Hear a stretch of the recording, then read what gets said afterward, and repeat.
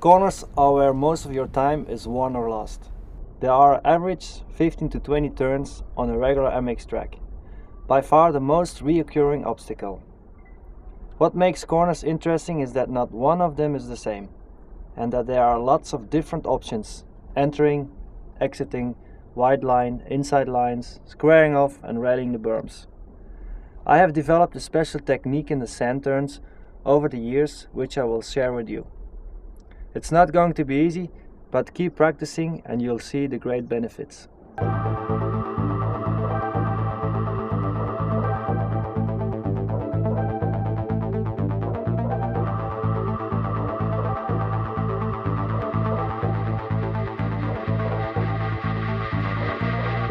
I will open up my mind for you. Let me open up my heart for you. Take me anywhere you want me to. In the sand, the lines are changing so fast. Every lap you have to already think what you're going to do in the next lap. Now in the beginning, the track is smooth and is flat. But after a while, there's no flat parts anymore. It's only bumps. So then it's a matter of how to approach the corner and how to use the right technique. For 90%, you should be standing on your foot pegs when you ride in the sand. Sitting down and going through these deep bumps is not gonna make it easier for your riding. So try to stay on those foot pegs and try to bring your weight body a bit more to the back. That your bike is a bit more up in the front.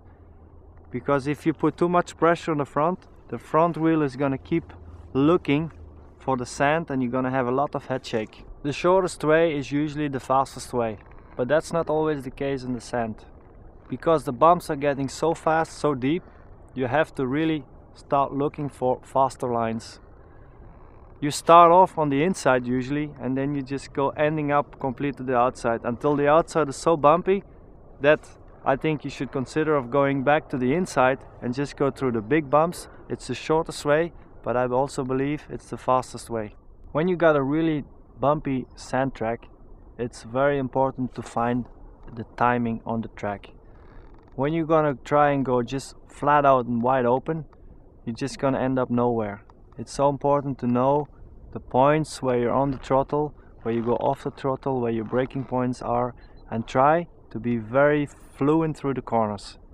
Like when you're entering the corner, you can use the clutch technique. You pull the clutch while you're braking and it brings less tension on your rear shock and it makes the bike much more easier and smoother going into the corner. So you can ride much more fluent and faster coming out of the corners, exiting, so you can go easier over the bumps. The sand is very heavy for the engine.